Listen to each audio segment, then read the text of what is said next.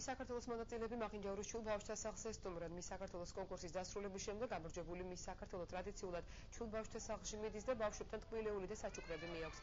ჩულ ბავშვთა აღსასწრებელებმა კი თავის დროის საკონცერტო პროგრამა წარადგინეს. პატარებთან ერთად ლამაზმანებმაც იცეკვეს.